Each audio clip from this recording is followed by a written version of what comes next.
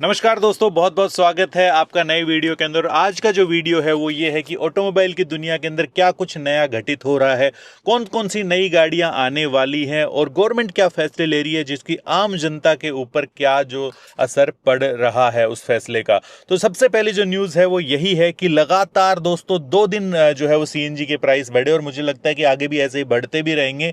जैसे कि मैंने बताया था आपको, जो पेट्रोल और डीजल और सीएनजी के प्राइस बढ़े थे तो पिछले वीडियो के अंदर, तो 2 रुपए पहले दिन बढ़े, फिर 1 रुपए बढ़ा, तो परिणाम ये हुआ कि भैया 80 रुपए जो है ना वो भी क्रॉस कर चुकी है दिल्ली के अंदर सीएनजी, जहां पर मोस्टली जो है वो गाड़ियां हो गई, ऑटो वगैरह हो गए, वो जो सीएनजी के ऊपर चलते हैं, तो बेचारों की जेब के ऊपर बहुत तगड़ा वाला असर पड़ा है।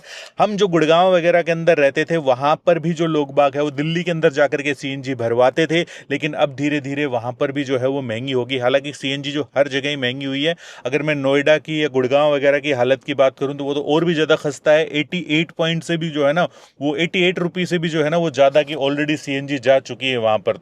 तो भैया बहुत ज्यादा जो है ना खतरनाक हालात चल रहे हैं फिलहाल, चाहे वो डीजल हो, पेट्रोल हो, सीएनजी हो, सब चीजों के अंदर आग लगी पड़ी है। खैर, अब अगली खबर की तरफ बढ़ते हैं और ब्रेजा का फेसलिफ्ट जो है वो देखा गया दिल्ली एनसीआर के अंदर, टेस्टिंग जो है ना जिसकी चल रही थी। तो उम्मीद ये लगाई जा रही कि भैया इस बार उसके अंदर 6 स्पीड ट्रांसमिशन आ जाएगा, और उम्मीद साथ के साथ ये भी कही जा रही है कि जो बूस्टर जेट जो इनका इंजन आता था ना 1 लीटर वाला, वो इसके अंदर ब्रेजा के अंदर भी जो है ना वो ला करके दिया जाएगा। आपको याद होगा कि जो फ्रोंक्स के अंदर दिया जाता था, तो वो वाला जो इंजन है वो शायद ब्रेजा के अंदर भी इस बार आ जाए। इन चीजों के साथ साथ नया इंफोटेनमेंट भी आपको देखने को मिल सकता है 10.1 इंच का, और उम्मीद ये है कि इस बार बहुत कम बेजल्स जो है ना उसके ऊपर रहेंगे। इतने मोटे मोटे जो है ना वो बेजल नहीं चाहिए भैया हम लोगों को। अब मारुति की गाड़ियों के अंदर भी जो है ना अपडेट होना चाहिए प्रॉपर। अगली खबर ये है कि इंडिया के अंदर बनी टोयोटा ग्लेंजा, जिसको अफ्रीका में स्टारलेट के नाम से बेचा जाता है, उसको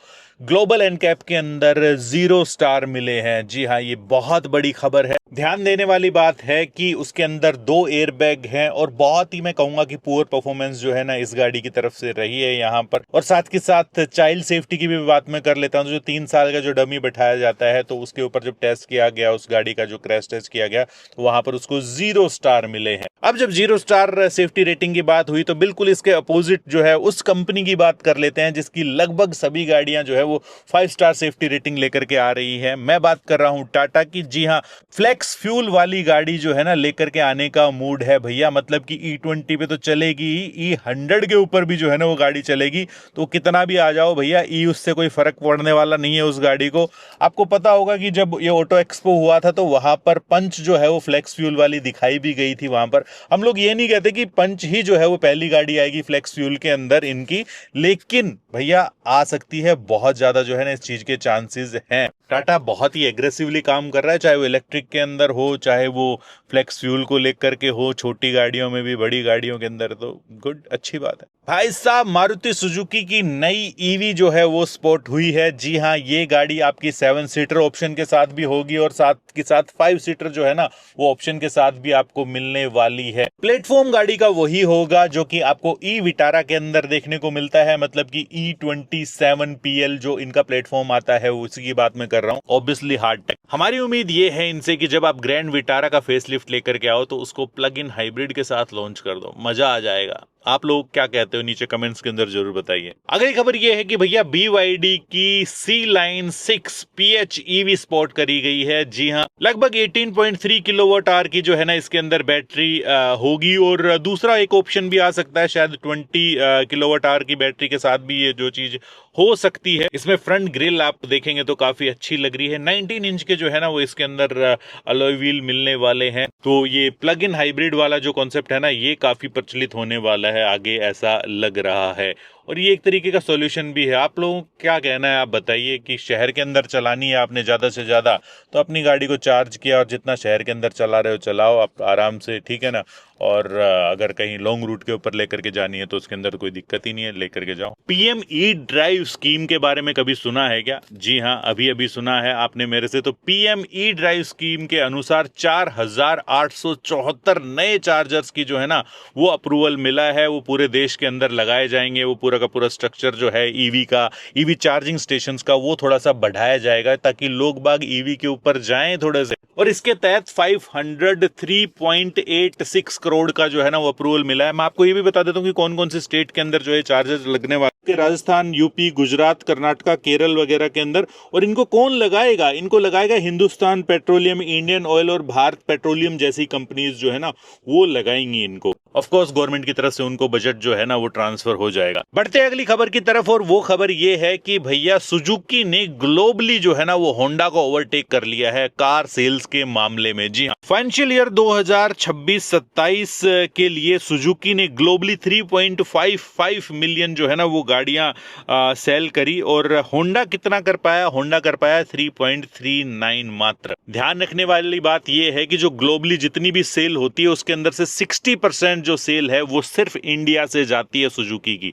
तो ये एक बहुत बड़ा मार्केट जो है ना वो इंडिया के अंदर है सुजुकी का। मेनली वर्चस्व जो है वो इंडिया के अंदर ही है सुजुकी का। अगली खबर ये है कि टोयोटा अपना तीसरा मैन्युफैक्चरिंग प्लांट जो है वो कर्नाटका में लगाने जा रहा है। 2026 तक जो है वो लगा देगा, और इसका जो है ना ऑपरेशन लगभग कब से स्टार्ट हो जाएगा? लगभग 2029 के आते आते जो है ना यहाँ पर प्रोडक्शन वगैरह स्टार्ट हो जाएगा। और प्रोडक्शन की जहां पर बात करते हैं तो लगभग 1 लाख गाड़ियों की जो है ना प्रोडक्शन की कैपेसिटी रहेगी। लगभग 2800 के आसपास जो है ये लोग जॉब क्रिएट करने वाले हैं। वेल डन टोयोटा, बहुत अच्छी बात है। मतलब ये कि इंडिया को लेकर के थोड़ा सा पॉजिटिव है टोयोटा भी, तो आगे इंडिया के अंदर, और ये भी हो सकता है कि भैया एक्सपोर्ट करें यहां से बना करके, क्योंकि 1 लाख की कैपेसिटी बहुत ज्यादा होती है भाई। अच्छा, आप लोग अगर ईवी गाड़ियों के दीवाने हैं तो आप लोगों के लिए खुशखबरी ये है कि टाटा की लगभग सभी ईवी गाड़ियों के ऊपर मोटा डिस्काउंट है। लगभग 3.8 लाख तक का डिस्काउंट मिल जाएगा, चाहे वो पंच हो, चाहे वो कर्व हो, चाहे वो हैरियर ईवी हो। तो जाकर के अपने नियरेस्ट जो है ना वो डीलरशिप के ऊपर जाइए और पता कीजिए कि कौन सी गाड़ी के ऊपर कितना आपको डिस्काउंट मिल रहा है। तो दोस्तों ये थी ऑटोमोबाइल जगत से जुड़ी हुई लेटेस्ट खबरें। ऐसी ही खबरें और भी दोबारा से लेकर के आते रहते हैं हम। साथ के साथ ओनरशिप एक्सपीरियंस भी करते हैं, नई पुरानी गाड़ियां जो है ना वो आपको बताते रहते हैं। तो अगर आप भी ओनरशिप एक्सपीरियंस जो है अपना शेयर करना चाहते हैं हमारे साथ, जो ईमेल आईडी दी गई है rohit@manandmotor.com, वहां पर अपना जो है ना नाम, नंबर और आप कहां से हैं, ठीक है, वो सारा सब कुछ, गाड़ी कौन सी आपके पास में, शेयर कर दीजिए। ठीक है, मिलते हैं ऐसे किसी नेक्स्ट वीडियो के अंदर, इन्फॉर्मेटिव वीडियो के अंदर, इसी मैसेज के साथ कि अगर आप 4 व्हीलर चलाते हैं तो सीट बेल्ट जरूर डालिएगा, अगर 2 व्हीलर चलाते हैं तो हेलमेट जरूर पहनिएगा। हमें इंस्टाग्राम के ऊपर 100% फॉलो कर लो, क्योंकि अगला वीडियो हो सकता है कि Q&A आएगा। ठीक है, आप हम अपने जो है ना वो सवाल पूछिए वहां से। मिलते हैं नेक्स्ट वीडियो के अंदर। जय हिंद, जय भारत।